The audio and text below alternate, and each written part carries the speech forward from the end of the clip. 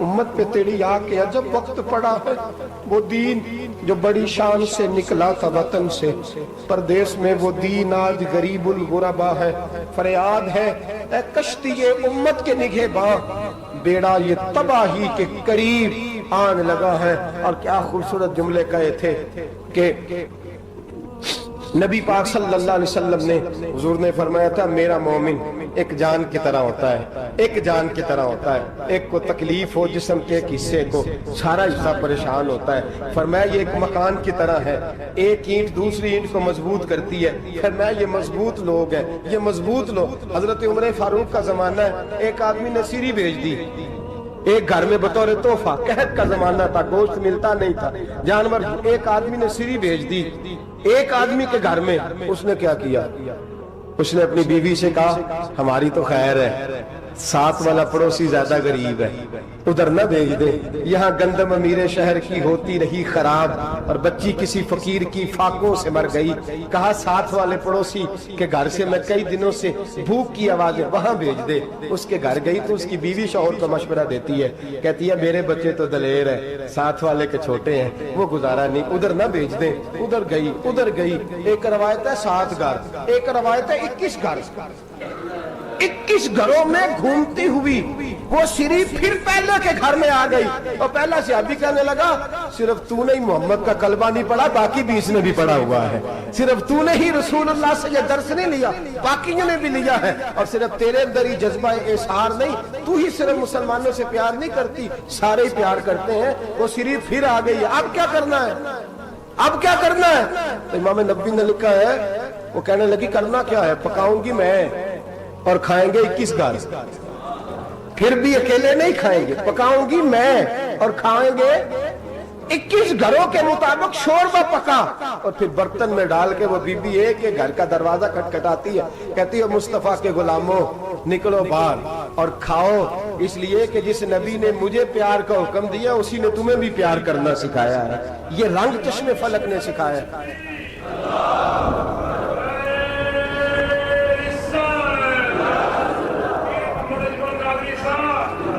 آپ کی بڑی مہربانی، زندہ باد وہی ہے جس کو اللہ رسول زندہ باد فرمائے، بڑی مہربانی، اللہ جزا دے۔ بنو قریظہ اور بنو نذیر 2 محلے تھے یہودیوں کے۔ یہودیوں نے بڑی عہد شکنی کی تو نبی پاک صلی اللہ علیہ وسلم نے ان کو بے دخل کر دیا، مدینے سے نکال دیا، مدینہ منورہ سے۔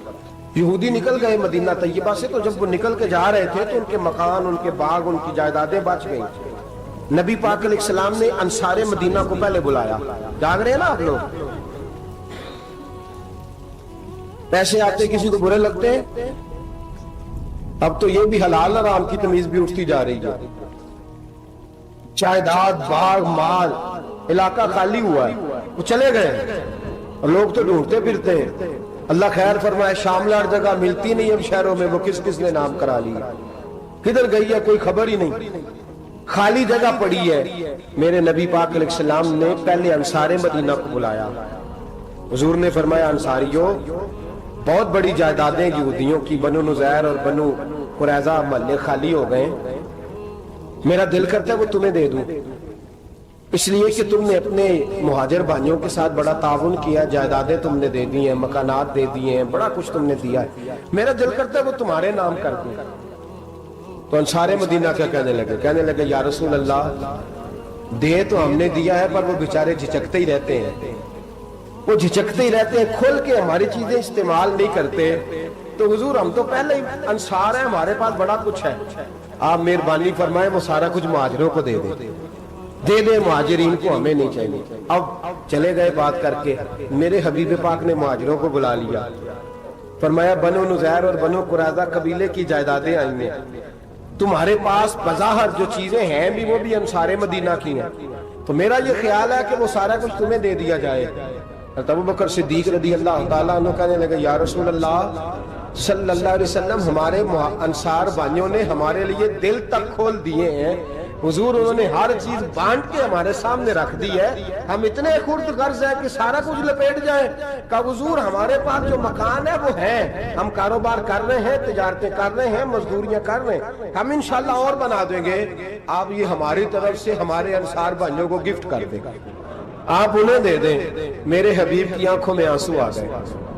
میرے نبی پاک علیہ السلام رو پڑے. یا رسول اللہ آپ کیوں روتے ہیں؟ فرمایا تمہارا یہ بھائی چارہ قائم رہا تو اللہ اسلام کو بڑی قوتیں عطا فرمائے گا. اللہ طاقتیں دے گا اسلام کو اگر تمہارا یہ رنگ قائم رہا, یہ انداز. میرے غلاموں تمہارے یہ طور طریقے, ایک بھائی کہتا ہے دوسرے کو, دوسرا کہتا ہے تیسرے کو. عرض یہ کرنے جا رہا تھا کہ رسول کریم صلی اللہ علیہ وسلم نے یہ پیغام دیا امت کو. فرمایا دیکھیں نا کتنے بڑے لفظ ہیں. یہ نہیں فرمایا دوزخ میں جائے گا, یہ نہیں فرمایا کہ اسے جہنم کی سزا ملے گی. میرے نبی نے فرمایا میں اسے مومن مانتا ہی نہیں, میں اسے مسلمان اپنا مانتا ہی نہیں. حضور کسے؟ فرمایا جو پیٹ بھر کے کھاتا ہے اور اس کا ہمسایہ بھوکا سو جاتا ہے. میں مومن ہی نہیں مانتا. سزا تو تب ملے گی نا کہ جب میں کسی سزا کا اعلان کروں. میں مانتا ہی نہیں, وہ میرا ہے ہی نہیں. خود پیٹ بھر کے کھا رہا ہے, ہمسایہ اس کا بھوکا. میں نہیں مانتا انما المؤمنون اخوہ, مومن بھائی بھائی. میں مانتا ہی نہیں اسے. اور میرے حبیب پاک اتنے بڑے لفظ حدیث میں اور کہیں نہیں ملیں گے آپ کو, اتنے بڑے جملے کہیں نہیں ملیں گے. میرے نبی پاک نے فرمایا اللہ کہے گا قیامت کے دن. کون؟ اتنے بڑے لفظ حدیثوں میں ملتے نہیں جتنے یہ ہیں. حضور نے فرمایا رب فرمائے گا بندے سے کہ میں تیرے پڑوس میں بھوکا تھا, تو نے مجھے روٹی کیوں نہیں کھلائی؟ کون کہہ رہا ہے؟ اللہ کہہ, میں بھوکا تھا تو نے روٹی نہیں دی, میں ننگا تھا تو نے کپڑا نہیں دیا, میں پیاسا تھا تو نے پانی نہیں پلایا, میں بیمار تھا تو تیمارداری. یا اللہ نہ تو کھاتا ہے, نہ پیتا ہے, نہ کپڑا پہنتا ہے, نہ تو بیمار ہوتا ہے. لا تاخذہ سنۃ ولا نوم, تجھے بیماری آتی نہیں, اونگ نیند نہیں آتی. میرے مالک تو میرے پڑوس میں تھا. حضور فرماتے ہیں رب فرمائے گا وہ جو بندہ تیرے پڑوس میں بھوکا تھا تو بندہ تو میرا ہی تھا نا. وہ جو بندہ تیرے پڑوس میں ننگا تھا تو بندہ تو میرا ہی تھا نا. وہ جو تیرے پڑوس میں پیاسا تڑپتا رہا تو وہ میرا ہی بندہ تھا. تو دوائی لینے جائے تو بڑے اسپتال میں اور اس بیچارے کو 20 روپے پرچی کے بھی میسر نہ آئے تو میرا ہی بندہ تھا. میرے دوست خیال کر اور یاد رکھ, یہ جو ہمسائے ممالک میں ظلم ہوتے ہیں, زیادتیاں ہوتی ہیں. ہمارے گھر کا پنکھا اچھا چلتا ہے, ہم جلوس اس وقت نکالتے ہیں جب ہماری لائٹ بند ہوتی ہے. ہم جلوس اس وقت نکالتے ہیں جب ہمارا ایسا جو ہمیں تنگ کرتا ہے. ہم اس وقت درد محسوس کرتے ہیں جب ہمارے گھر تک آگ آ جاتی ہے. یہ جو باہر آگ جل رہی ہے یہ تیرے گھر بھی آ سکتی ہے. یہ جو باہر فساد ہو رہا ہے یہ تیرے دروازے تک آ سکتا ہے. میرے رسول پاک نے ایک جان, مسلمان کو ایک جان قرار دیا. مجھے بتائیے انگلی کو کٹ لگ جائے, مسلمان ایک جان ہے نا, انگلی کو لگ جائے کٹ, دماغ کہتا ہے میں نے نہیں سوچنا اس کے بارے میں نے اس کے درد کو محسوس ہی نہیں کرنا. انگلی کی درد ہے, انگلی جانے, اس کا کام جانے. ایسے ہی ہوتا ہے نا. بولے پیروں سے کہتے ہیں, انگلی کہتی ہے چل ڈاکٹر کے پاس, پیر کہتے ہیں نہیں میں نے نہیں جانا, انگلی کا کام ہے انگلی جائے. ایسے ہی ہے نا. دل سے کہتے ہیں تو تڑپ تھوڑا سا, انگلی کو درد ہے, کہتے ہیں میں تو تڑپوں, انگلی کا ماما, انگلی جانے, اس کا کام جانے. ٹیلی فون کرنا ہے, ڈاکٹر صاحب کا پتہ کرنا ہے, تو کان کہتے ہیں میں نے نہیں بات سننی ڈاکٹر صاحب کی, زبان کہتی ہے میں نے نہیں بولنا, انگلی جانے. ایسا ہوتا ہے. پیر احتجاج کرتے کہ میں نے ڈاکٹر کے پاس, میں کچھ چکر کھاتا پھروں ڈاکٹر کی دکان کی, انگلی کو درد ہے انگلی جانے. ایسا ہوتا ہے بھئی. میرے رسول پاک نے فرمایا مسلمان ایک جان ہے. تو درد برما کے مسلمانوں کو ہو رہا ہے تو پاکستانی کہہ رہے ہیں کوئی بات نہیں, وہ جانے, ان کا کام جانے. ایک جان ہے نا, درد ہونا چاہیے, تکلیف ہونا چاہیے. پھٹے پہ باتیں ہوتی ہیں اس موضوع پہ, اسمبلی پہ گفتگو ہوئی ہے اس موضوع پہ, آپ کی صوبائی اسمبلیاں اس موضوع پہ بولی ہیں, آپ کے کونسل اس موضوع پہ بولے. ہم تو اپنی اپنی سیاستیں, اپنے اپنے تماشے, اپنے اپنے چکروں میں لگے ہوئے. وہ دریا کے اندر سسکتے مسلمان, بنگالی کہتے ہیں ہمارے نہیں, برمی کہتے ہیں ہمارے نہیں, پاکستانی کہتے ہیں ہمارے نہیں, ترکی کہتے ہیں وہ کس کے ہیں, وہ کس کے ہیں؟ وہ اللہ کے بندے ہیں, محمد عربی کے غلام ہیں صلی اللہ علیہ وسلم. لیکن میرے دوستو کیا ہمیں کیا غرض ہے, وہ جانے, ان کا کام جانے. یہ جب تیرے پیروں تک آگ آئے گی پھر تجھے پتہ چلے گا یہ بڑی سخت آگ ہے. آج جس کافر نے برما پر عرصہ دراز تنگ کیا, مسلمان تھوڑے تھوڑے مفاد لینے کی خاطر نا, بنو عباس اور بنو امیہ کی جنگ چل رہی تھی. بنو عباس جو تھے وہ غالب آ گئے, بنو امیہ جو تھے ان کی حکومت ختم ہو گئی. تو عیسائیوں نے بنو امیہ سے کہا کہ ہم تمہارے ساتھ تعاون کرتے ہیں, ہم تمہارے ساتھ تعاون کرتے ہیں اور بنو عباس پہ غلبہ پا کے تمہیں حکومت دلاتے ہیں. بنو امیہ بڑی جدوجہد کر رہے تھے بادشاہی کے لیے, لیکن انہوں نے کہا کہ ہم لڑ رہے ہیں, کوشش کر رہے ہیں,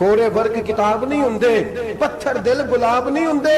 ਉਹ ਬੁੱਲਿਆ ਯਾਰੀ ਸੋਚ ਕੇ ਲਾਈ, ਯਾਰਾਂ ਨਾਲ ਹਿਸਾਬ ਨਹੀਂ ਹੁੰਦੇ।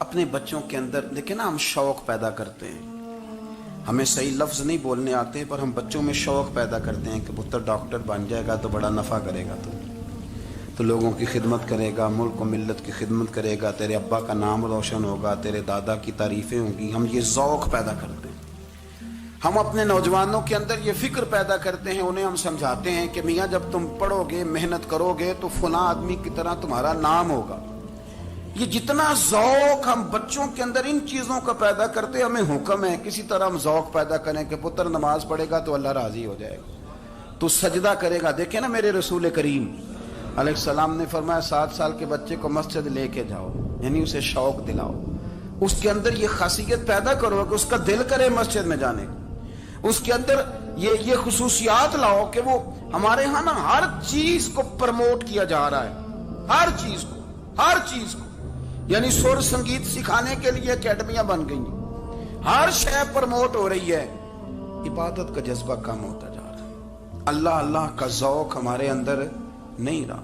اور اتنا مشکل ہم نے اپنے لیے بنا لیا ہے کہ وہ بندہ جو بڑی زبردست مذہبی گفتگو کر رہا تھا اور تگڑی بات کر رہا تھا، کیا بات ہے، لیکن نماز کے بارے میں کمزوری دکھا جاتا ہے، نوافل کے بارے میں وہ چپکے سے نکل جاتا ہے. امام احمد بن حنبل رحمۃ اللہ تعالی علیہ، مسند امام احمد بن حنبل 14 جلدوں میں ہے مارکیٹ میں، اور مجھے تو خیر پسند ہی بڑی ہے، میں نے تو کئی دفعہ پڑھی ہے. اور کیا بات ہے امام احمد بن حنبل، کیسے تگڑے قسم کے محدث تھے اور اللہ نے کتنا انہیں اعزاز عطا فرمایا ہوا. یہ کوڑے بھی کھاتے تھے دین کی خاطر، سارا کرتا لہو سے بھر بھی جایا کرتا تھا، بڑا اعزاز والا شخص تھے، بڑے اعزاز والے. حدیثیں جمع کرنا، حدیثیں لکھنا، حدیث پڑھانا، سارا دن رہتے تھے. کہہ سکتے تھے کہ میں کر تو رہا ہوں کام، اور حدیث بھی موجود ہے کہ عالم عابد سے افضل ہوتا ہے، پر اس کے باوجود امام احمد بن حنبل رحمۃ اللہ علیہ 300 نفل فرض نمازوں کے علاوہ پڑھا کرتے تھے، 300 نوافل روز پڑھا کرتے تھے. ان کے بیٹے نے کہا ابا جی مکان خریدنا ہے تو وہ جگہ کہاں کر کے لوں، بہت ساری آبادیاں. تو فرمایا پتر وہاں لینا جہاں مسجد قریب ہو. میرے رسول کریم سید عالم صلی اللہ علیہ وسلم اتنا پسند کرتے مسجد کو، اتنا پسند کرتے نماز کو کہ رسول کریم صلی اللہ علیہ وسلم تہجد کی نماز بھی پڑھتے، پھر حضور فجر کی نماز بھی پڑھتے. نبی پاک وتر کو الگ کر کے پڑھتے، عشاء کے ساتھ نہیں پڑھتے. یہ تو ہم اس لیے اجازت دی ہمارے بزرگوں نے کہ بعد میں اٹھے گا کون علیحدہ وتر پڑھنے کے لیے، عشاء کے ساتھ پڑھ لے. وتر پڑھتے، تہجد پڑھتے، فجر پڑھتے، اشراق پڑھتے، چاشت پڑھتے، پھر مغرب کی نماز کے بعد 6 رکعت اوابین پڑھتے، پھر رات کو صلاۃ اللیل پڑھتے. سیدہ عائشہ صدیقہ کہتی ہیں زمانہ سو جاتا اور میرے رسول مصلی بچھا کے کھڑے ہو جاتے. او یار کھیتی باڑی کر کے نہیں، محنت مزدوری کر کے نہیں. جناب عائشہ کہتی ہیں میں یہ بھی دیکھتی کہ حضور ایک آیت شروع کرتے تو ساری رات اسی کو پڑھتے، اور میری نظر جاتی تو قدم مبارک پہ ورم آ جاتا. یار نماز پڑھ کے اتنی مشقت کر کے، اتنی جد و جہد کر کے ورم آ گیا، یا رسول اللہ اتنی محنت کیوں کرتے ہو؟ فرمایا افلا اکون عبدا شکورا، کیا میں اپنے رب کا شکر گزار بندہ نہ بنوں؟ صحابہ کا ذوق عبادتوں کا، ریاضتوں کا، تلاوتوں کا، طبیعت ہے ان کی. وہ ایک دوسرے کو، حضرت مولا علی شیر خدا کرم اللہ تعالی وجہہ الکریم کے زمانے میں روم کے بادشاہ نے کہا یار یہ مسلمانوں کا پتہ تو کرو، یہ آخر کیوں اتنے زیادہ مجاہد ہیں. اس زمانے میں جاسوس بھیجنے کا مزاج تھا، اب تو جاسوس پکڑا جاتا ہے، اب تو جاسوس، اور جاسوسی کا شوق ویسے آج بھی ہے. عرض کروں تھوڑی سی بات اس عنوان سے. پتہ ہے کیا ہمارا مسئلہ ہے؟ ہم جہاں جاتے ہیں نا وہاں تھوڑی خوشبو سونگنے کی کوشش کرتے ہیں. وہ کیا ہے تو یہ کیا ہے تو ادھر کیا ہے تو تھوڑا سا ادھر کیا ہے. میرے رسول پاک پڑھیے درود شریف، سارے پڑھیے ذرا زور سے، صلی اللہ تعالی. نبی پاک علیہ السلام نے فرمایا جاسوسی نہ کرنا ورنہ تم بندوں کو خراب کر دو، اور فرمایا اس طرح نہ ہو کہ تم کسی کے اب کھول نہ نکلو تو تمہارے پہلے کھول جائیں. یہ جو ذوق ہے نا یہ ختم کریں، چھوڑیں. مطلب آپ کس چکر میں پڑے ہوئے ہیں؟ اتنی زیادہ توجہ کرنے کی کیا ضرورت ہے؟ کام سے کام رکھیں، اس میں بندہ تھوڑا سا نا آسان رہتا ہے. یہ جو بہت زیادہ ٹٹولنے والے لوگ ہوتے ہیں نا وہ بےچارے پھر عمر ٹٹولتے ہی گزار دیتے ہیں. اس لیے کہ مزاج ہی بہت پکا ہے، بوری کا منہ کھول کے اندر تک ہاتھ ڈالنا، تو پھر کئی دفعہ سامنے سے بچھو بھی لڑ جاتا، خرابی ہوتی۔ تو جاسوسی کی جاتی تھی، اس نے بھی جاسوس بھیجے، کیونکہ قبیلوں کے لوگ تھے، کچھ مسلم کچھ کافر، پہچانے نہیں جاتے تھے لوگ، تو کچھ لوگ اس نے بھیجے، انہوں نے آ کے نا تحقیق کی، ریسرچ کری کہ آخر ماجرا کیا ہے۔ تو واپس جا کے انہوں نے رپورٹ دی نا روم کے بادشاہ کو۔ اس رپورٹ کا ایک جملہ بڑا شاندار ہے، وہ کہنے لگا بادشاہ ہمیں مسلمانوں کی کوئی سمجھ نہیں آئی، ہمیں کوئی سمجھ نہیں آئی۔ انہوں نے کہا کیوں نہیں سمجھ آئی؟ کہنے لگے یار عجیب بندے ہیں، جب رات مسلح پہ بیٹھتے ہیں تو یوں لگتا ہے ان کا دنیا سے رشتہ ہی کوئی نہیں، کوئی کسی کو نہیں جانتا، کوئی اپنے دکھ سنا کے رو رہا ہے، کوئی اپنی بات کر کے رو رہا ہے، لگتا ہے کہ ان کا کوئی رشتہ ہے ہی نہیں جب مسلح پہ بیٹھتے ہیں۔ اور فرمایا جب سویرے یہ جہاد کرنے نکلتے ہیں تو لگتا ہے ان سے زیادہ دلیر ہی کوئی نہیں۔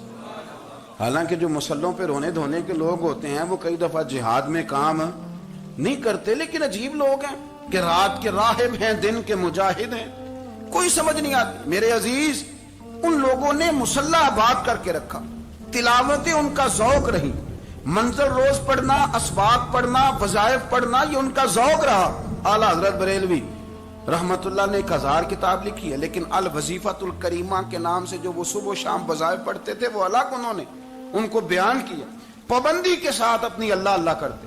شیخ شہاب الدین سہروردی رحمت اللہ علیہ اس پر ایک بندے نے اعتراض کیا، اس نے کہا جی آپ کس قسم کے صوفی ہیں، مرید بیٹھے ہیں اور آپ وہاں نفل پڑھ رہے ہیں؟ یہ بھی بڑا مسئلہ ہوتا ہے نا، جو بندہ ملنے آتا ہے وہ اپنے ٹائم کے حساب سے آتا ہے، اور اس کا یہ بھی خیال ہوتا ہے کہ پیر صاحب جو ہیں وہ چونکہ درویش ہیں تو نہ انہیں روٹی کھانی چاہیے نہ سونا چاہیے، چونکہ وہ درویش ہیں، اور ہم چونکہ درویشوں کے ماننے والے ہیں لہذا ہمارا یہ طریقہ ہونا چاہیے کہ جیسے ہم کہیں درویش ویسے ہی کر جائے۔ حالانکہ جس کو آپ درویش کہیں گے آپ اس کی مانیں گے، آپ منوائیں گے نہیں، ہمارا مزاج ہوتا ہے۔ شیخ شہاب الدین پر لوگوں نے اعتراض کی، حضور لوگ ملنے آئے ہیں، زیارت کرنے آئے ہیں، یہ بندے دعا کرانے آئے ہیں، اللہ اللہ کرانے آئے اور آپ نفل پڑھ رہے ہیں، کیا جملہ ہے، کیا حسن ہے، کیا خوبصورتی ہے۔ فرمانے لگے رب رسول سے مانگنے کے لیے مصلی بچھایا ہے، اگر وہاں سے مانگوں گا نہیں تو تمہیں دوں گا کیا؟ پہلے مجھے کچھ لے تو لینے دو، اگر میرے پلے کچھ ہے ہوگی تو آگے دوں گا نا۔ تو میں مانگنے گیا تھا کہ یا اللہ دے تیرے بندے لینے آئے، دے تو میں کچھ لوں گا تو آگے دوں گا نا، لیکن ہمارا یہ سٹیٹس، یہ مزاج، یہ شعور نہیں ہے۔ گپیں، کہانیاں، داستانیں، گفتگو، خطابت، واز، کیا بات، لیکن اگر کچھ کرنے کا کام ہو تو وہ نہیں ہم سے ہوتا۔ میرے نبی کریم علیہ الصلوۃ والسلام نے مصلی سے دل لگانے کا درس دیا، حضور نے توجہ دلائی، صحابہ اس ذوق کے حامل لوگ تھے، وہ کوشش کرتے تھے۔ جناب صدیق اکبر رضی اللہ تعالیٰ عنہ کا عبادت کا مزاج ہمیشہ قائم رہا۔ حضرت عمر فاروق ساری رات اللہ کے حضور کھڑے رہے، حضرت عثمان غنی رضی اللہ تعالیٰ